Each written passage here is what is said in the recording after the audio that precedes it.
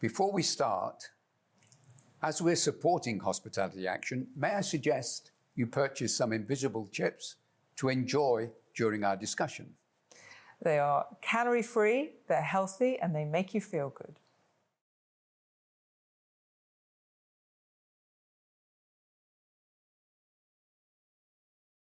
Welcome to this chat at this fabulous studio at the Royal Lancaster Hotel in London.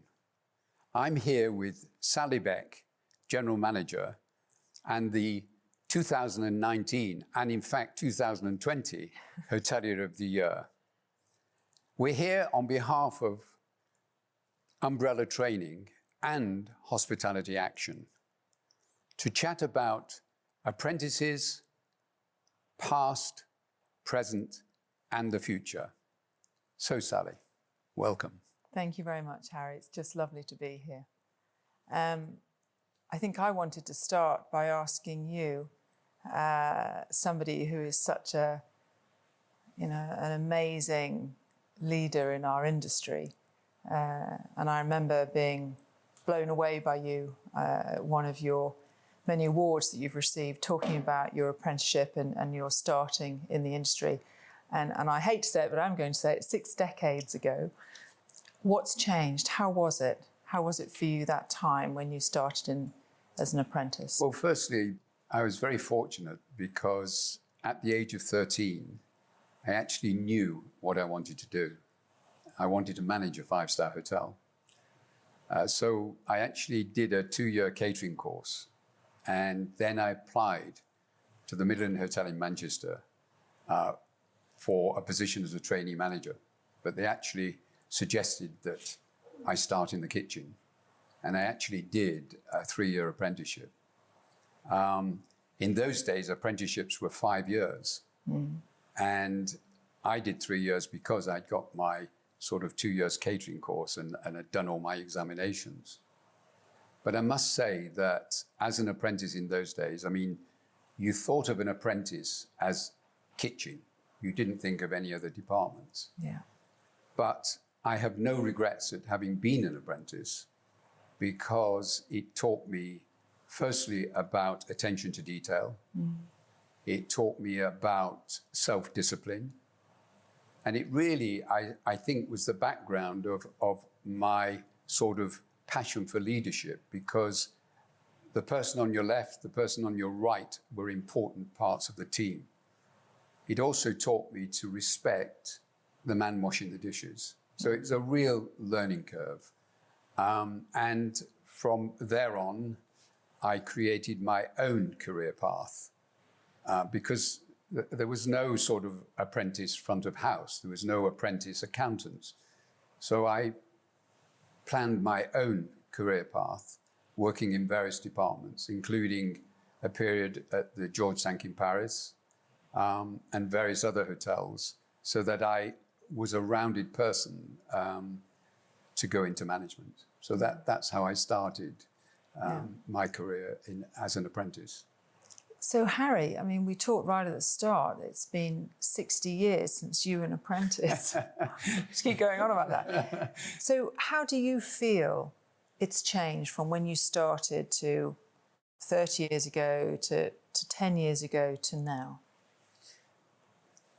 I think it's changed because of the opportunities that are available now. I mean, the chances of when I started of going from apprentice to an honours degree was not possible if you had a limited education.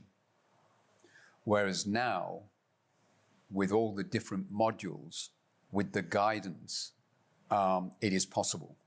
And I think that, hopefully, is what we can take out to parents, to teachers, to career advisors, that there is opportunities here to go from the bottom to the top of the hospitality industry at the various levels, and stop off at various levels when you find something you love, which I still think is so important.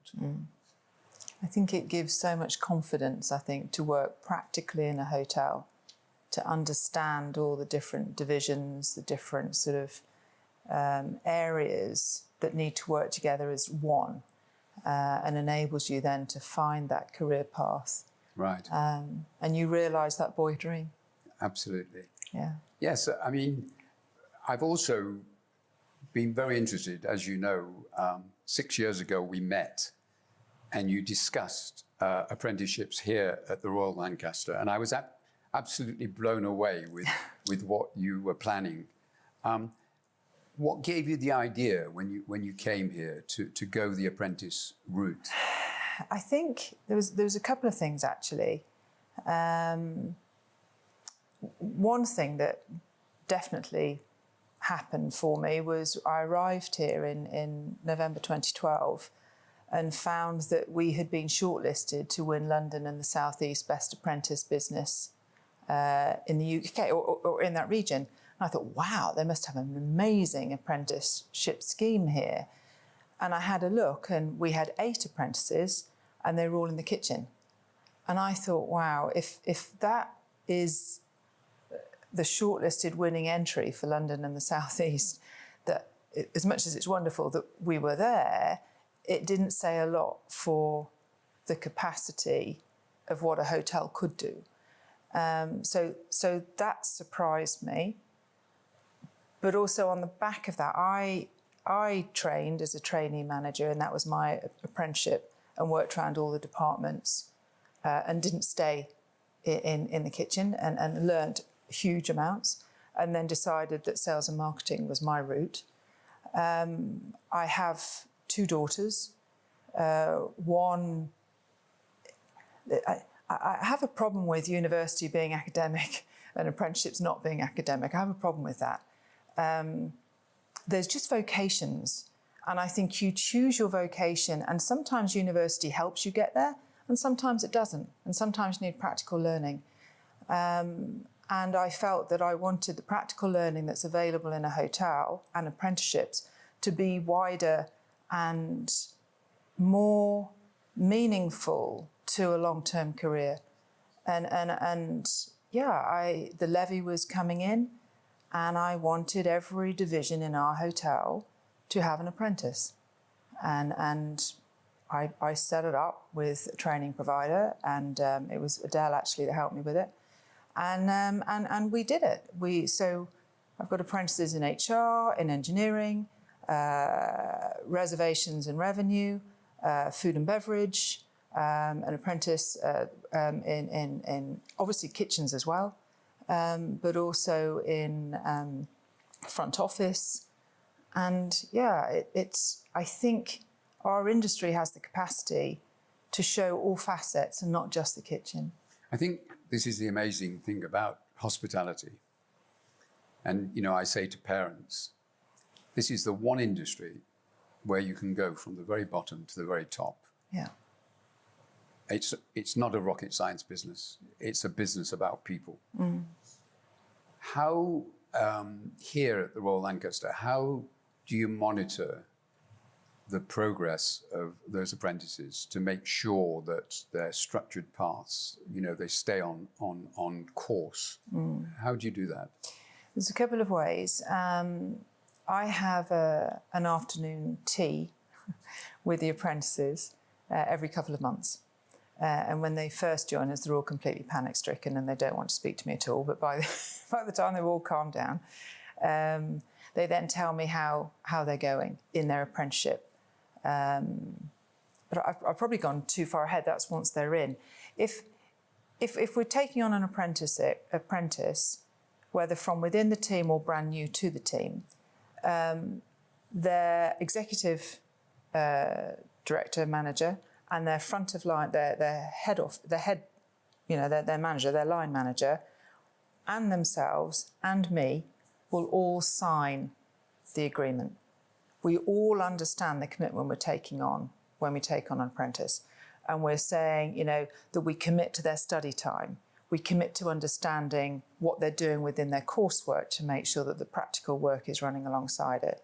And so it becomes a partnership for that apprentice within that division so that we all know what's going on.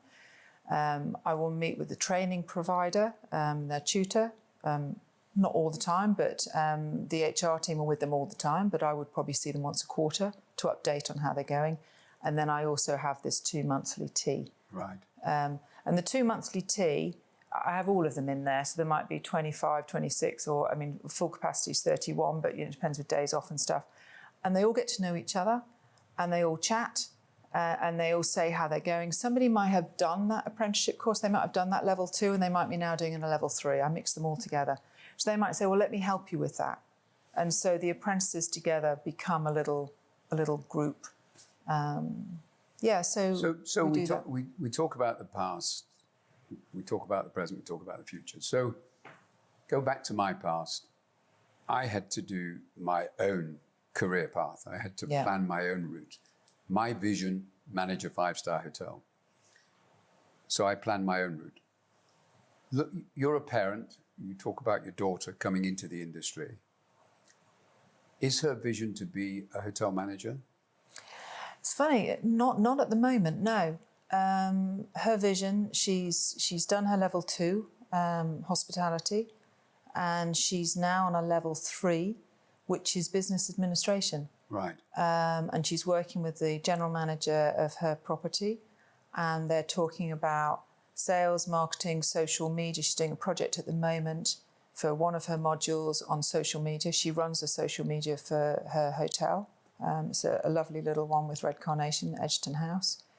And she's learning about the business side of our industry, which I think is fascinating and really important for her. She's 18 now. She started at 16.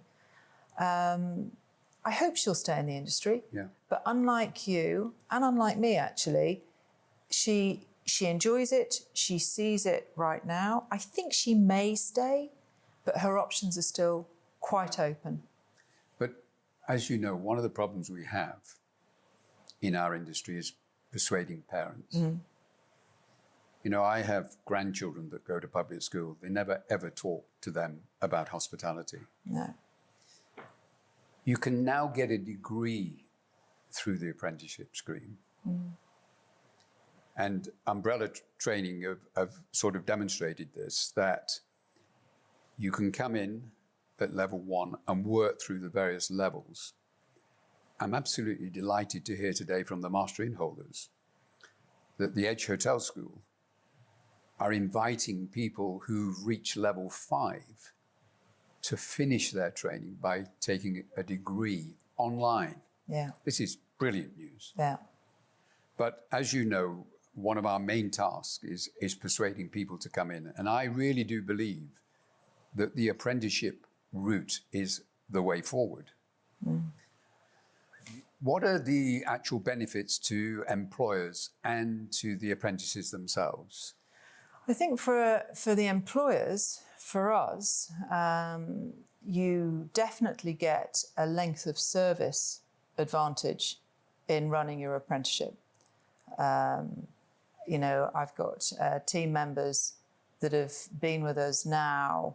Their apprentice may have lasted 12 months, but they're on their 3rd year with us and staying longer because they might be starting their next apprenticeship.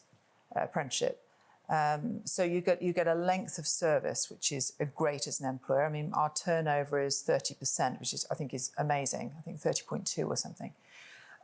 Additionally, you get to use your levy properly. The government levy is 0.5% of payroll. And unless I've got apprenticeships active in the building, I'm not able to claw that levy back. So it makes financial sense as well as improving sort of length of service with the employees. Right. So, I mean, go back to my start in life, my career. If I was a young person now when I wanted to become general manager of a 5-star hotel, is there a path for me as an apprentice? Yes, there is. I've got a cracking example of a young lady who joined us as a temp in reservations and then realised that we were running apprenticeships here. So she ended up working for us full time. She took her level 2, I think, and then level 3. She's completed her level 3. She's been with us 4 years now. She's still in reservations, but she's now been promoted to a business manager. And she's wanting to start her level 4 and move into revenue. She wants to be a director of revenue. And I think director of revenue is also a good route to a general manager. You understand the business needs, you understand the mix of business, etc.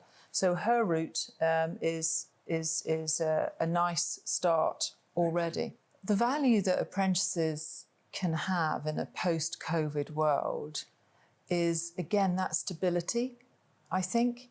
People have gone through a big area of change. Right. And I think having an apprenticeship programme post-COVID, knowing where you're going, with a training provider that's going to be on your side, an employer that's working with you, can just settle everyone down and continue the learning, practically continue the career progression.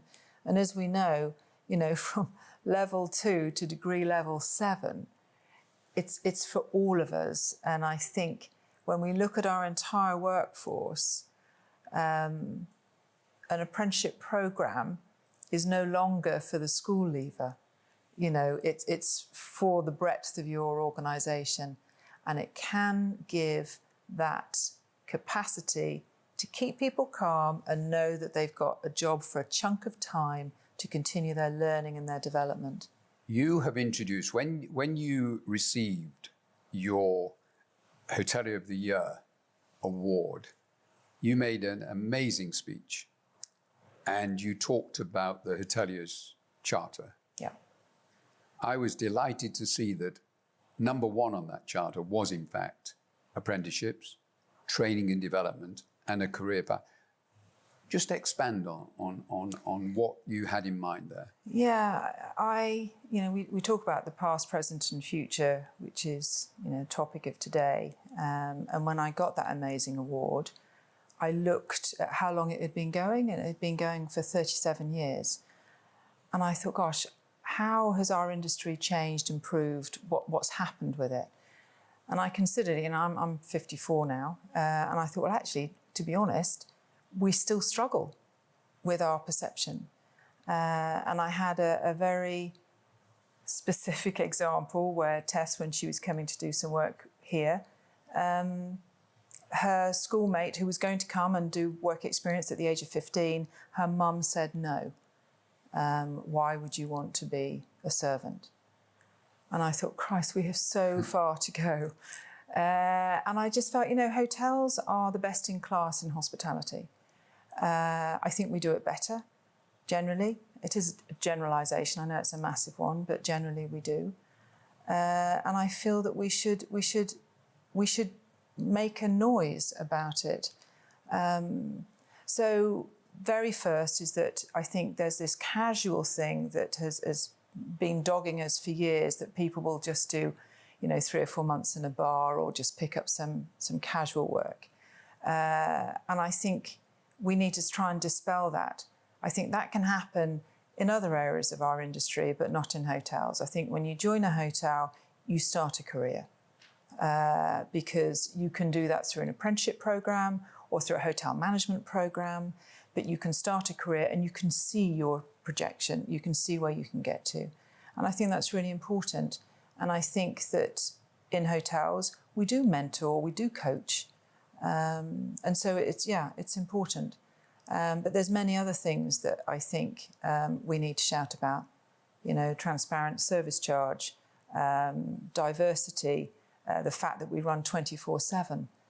There's all sorts of different hours that we can work to support working families. There's all sorts that we can do. And I think we are best in class within the industry. And the Hoteliers Charter is something that I feel passionately about, will help us communicate better.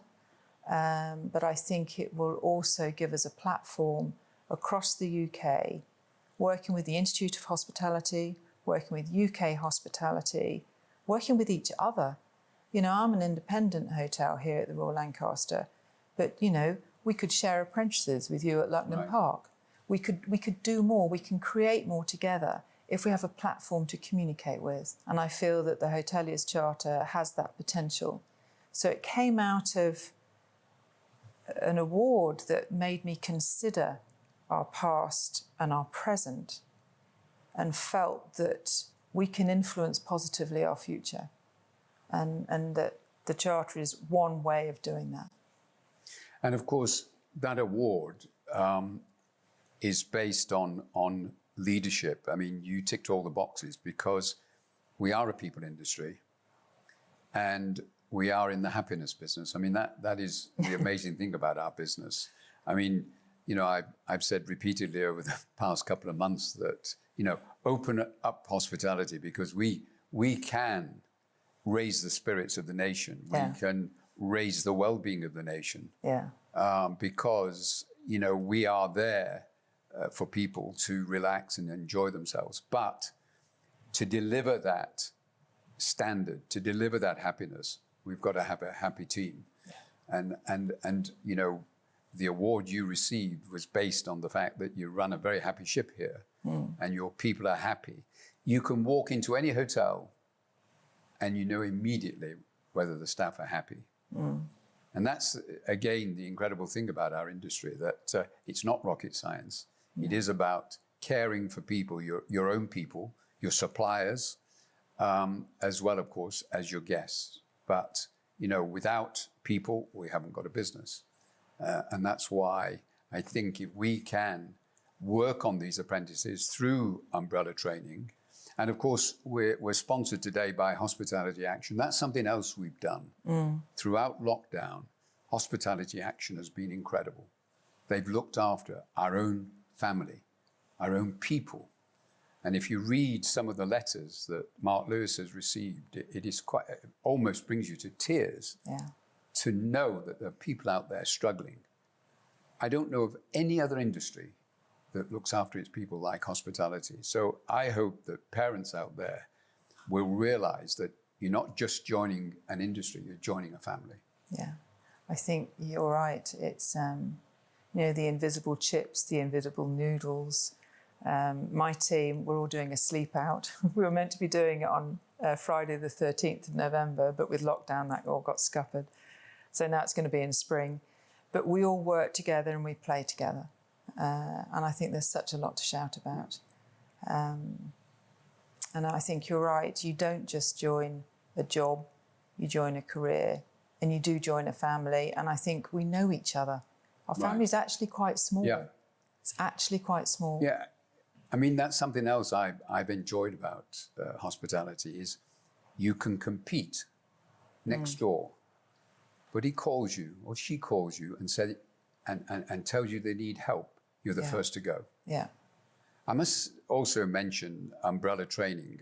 I mean, you and I, as superheroes, as we're called, have spent the past 3 or 4 months mentoring apprentices. I've enjoyed every minute of being involved, and I must take my hat off to umbrella training and Adele and what the team have done during lockdown. I mean, they've helped to raise the spirits of these apprentices. I mean, sadly, you know, some have been made redundant, and we must continue to mentor them. And I must say to those young people, don't give up. Don't leave this industry, because we will come out of this. Global tourism will still continue to grow at an enormous rate. And hotels like this will fill up again. I'm absolutely convinced. Yeah, I think we will. I think the job that UK Hospitality are doing, and I think, as you mentioned earlier, we are the mental health tonic of the nation. Yeah. And I think everybody wants to get out and get back into hospitality. And so I say to all those apprentices out there and people that have lost their jobs or are struggling at the moment, take heart. Get some mentoring, we can do it. There's Institute of Hospitality, the Edge Hotel School, Hospitality Action. We are one family. And there's many superheroes. We got recognised as being it. We didn't even realise we were, but there you go. There's many superheroes out there that want to help you. If you've made your choice in hospitality, it's a good choice.